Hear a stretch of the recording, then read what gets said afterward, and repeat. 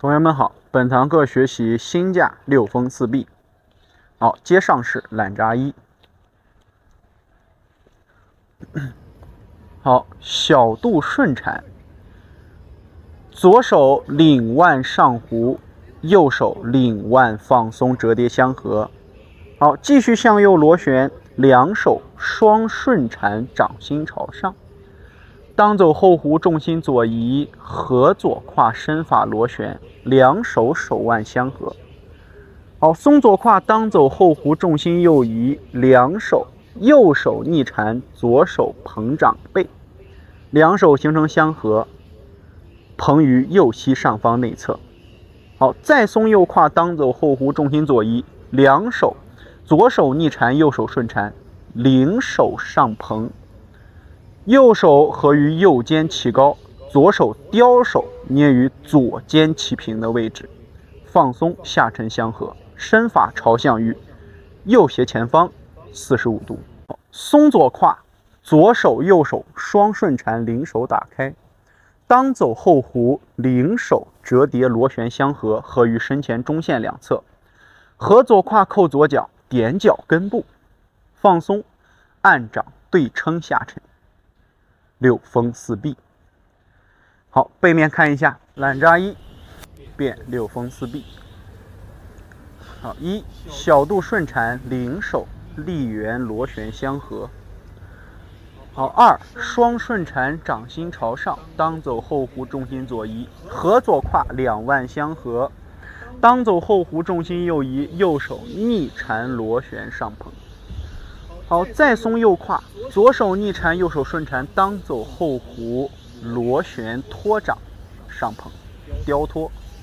再松左胯，双顺缠，当走后弧，螺旋折腕相合，扣左脚，点脚根部，按掌放松，对撑下沉，两手合于右膝上方两侧。好，是心架一路的六风四臂。那么在我们运化这些动作的时候，我们需要跟老师们讲解一个新的关于小肚立圆的理论。我们平常在练习的过程当中，大家最多注意到的应该是小肚的顺缠螺旋和逆缠螺旋。顺缠螺旋在转动的时候，如果和两手相合，那就是小肚怎么转，两手怎么转。咱们也跟大家去聊过，手离远离近的情况。那么这个动作就是一个非常标准的，当小肚离一只手近一只手远的时候，会发生什么样的螺旋变化。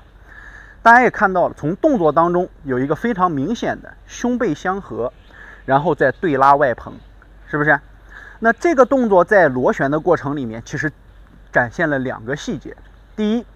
就是左手和小肚螺旋的过程当中，他们这个距离在心架螺旋里，小肚顺缠属于是近距离，小肚和手基本上是同时产生螺旋在运化同时产生螺旋在运化。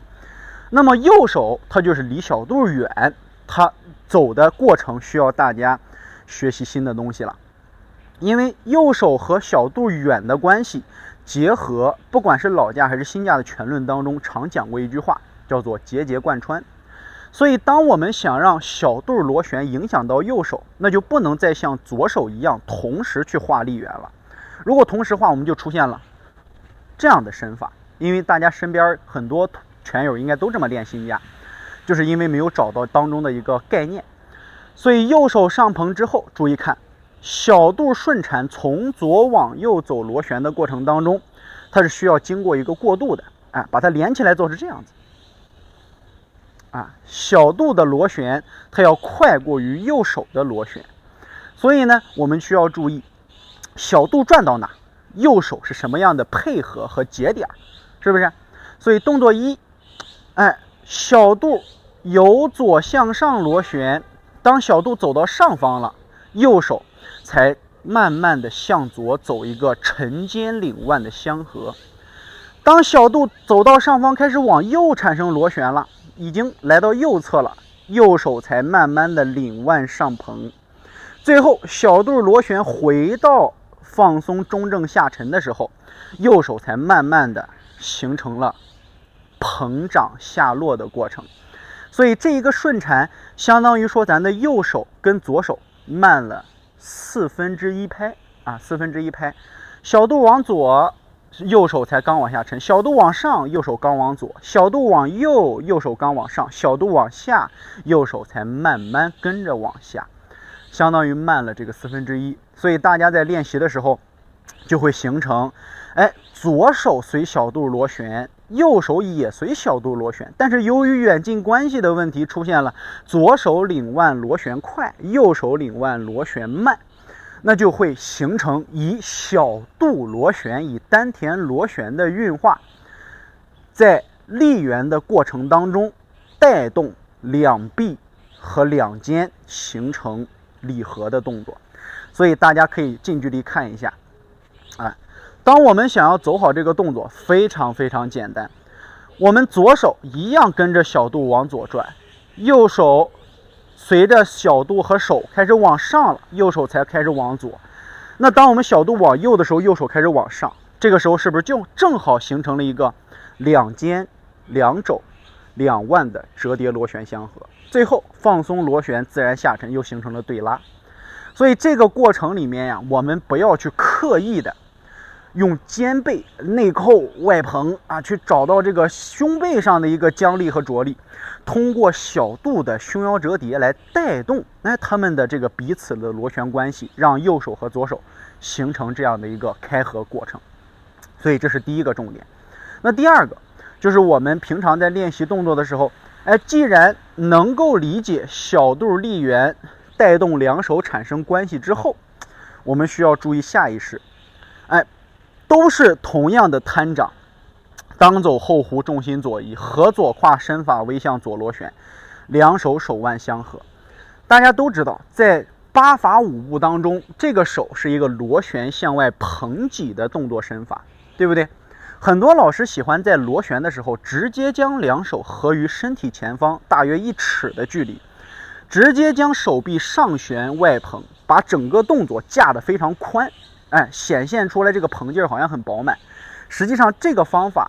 恰恰不符合这个动作所要用的劲儿。这个动作是一个非常典型的两手相合折叠，两手的距离，手腕距离小度基本上是一拳远先进肩，松胯螺旋进肘，转腰外捧进手。这个动作更像是挤的动作，所以挤的动作虽然它也有捧劲儿来作为母劲儿，但是从整体上来讲，它不能和捧的动作一模一样。因为捧是什么？捧是四面八方都有的扩张的力量，也是你身体的结构的力量。有了捧劲儿，你才能打好这套拳。那挤不一样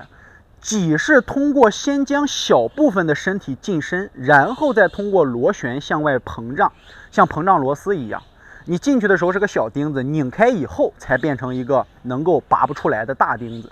这就是我们理解这个劲力时需要注意的身法细节，你不能直接捧，所以细节当中转换非常明显。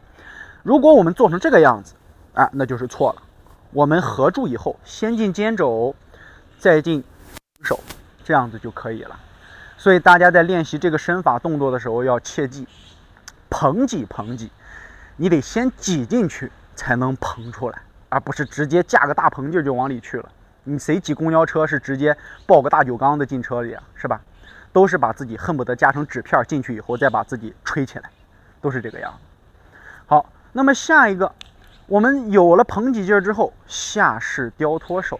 这个雕托手呢，很多老师可能不太了解，咱先弄一个非常简单的第一，雕手的样子是什么现在有很多种，要么是这种小鸡嘴什么这个鸭子嘴或者是手枪指这些动作，咱们的课堂上跟大家说，不管你做什么，只要你能理解当中的含义，都是对的都是对的。所以我们来观察一点，就是如何让这个螺旋让我们的雕手和托掌产生正确的配合。好，从这个方向看一下，当我们捧挤到位之后，松右胯，当走后弧，重心左移，这时候身法还在螺旋右转，所以我们的手形成了左手逆缠右手顺缠的下合身法。当我们合过来之后，注意看，你的左胯和右胯是不是相当于现在是左胯还是松合着，右胯打开的很大？我们这个过程里边可以蹬左腿，尝试去用身法的螺旋去走一走，发力，找一找这个发力的感觉。这个时候大家就能感受到了，我们螺旋上捧不是捧起来之后直接往下拉往上托手，而是随着身体的右转螺旋，当走后弧，旋转推捧上提。右手就像什么？老架一路缠丝课当中写的单手侧面缠丝，随身法螺旋带动右手顺缠托拨。左手呢，随着身法螺旋，以肩带肘，以肘领腕，领手像一个小章鱼一样，动作一走一带，托手就上。托的时候和雕的时候都是产生螺旋向上的身法。那么这个动作其实更明显了。想要把这个动作做好怎么办？在捧挤完之后，不要着急身法直接向左倒换重心，先走松右胯，把螺旋旋转的更充分一些，随后重心来到左腿以后，再通过螺旋把两手送上去。那么同样的，不管老架还是新架，想让两手有上捧劲，那么一定在螺旋托拨的过程里面，身法要往下沉。这就是咱们当时讲老架一路六风四臂的时候也这么强调过，想往上走近，不是把手抬得越高越好，反之是把身体降得越低，向上托捧的力就越好。那这一点要谨记。好，那么有了这个动作以后，最后一点，我们的身法螺旋加六风四臂的按掌。前面做了这么长的铺垫，到最后就是为了松左胯，领两手双顺缠向两侧摊掌打开，随后当走后弧，螺旋相合，合胯扣脚，根部按掌。这个过程里面只有一个细节，什么细节？就是让你的两手臂尽量放松尽量放松。有很多老师喜欢抻掌领得很大，然后再产生折叠相合，再去按掌。这个过程里面，如果说我们打竞技托起来打竞技这种身法是挺好的，但是传统当中的太极拳，它体现的不是让两手手臂撑得很开，也不是让把力点合在你的小臂的外侧去进行抻和捧，是通过我们身法的螺旋，看一松左胯，身法往左转，非常明显的左转，左肩向后，右肩向前，带着你的两个手，以肩带肘，以肘领腕放松，领手向两边打开，随后左胯松沉到位，当走后弧，螺旋相合。有了一个什么感觉呢？就好像是你是一个水母一样打开是为了蓄力，相合是为了往前游动，有这种感觉。那你看哪个水母去游泳的时候是这样，对吧？那不成企鹅了吗？所以说我们在走动的过程里面，主要就是突出手臂放松，随着螺旋让手臂放松，再随着螺旋让手臂相合，最后带过来了，身法右转，右转的时候右手怎么转过来的？一螺旋身法合于身前中线。左手怎么带过？一螺旋身法折叠推捧相合，两手合于中线了，点脚根部按掌下沉。所以整个六风四臂里面难点就是在雕托那一点，剩下的其实都是一模一样的好，本堂课结束。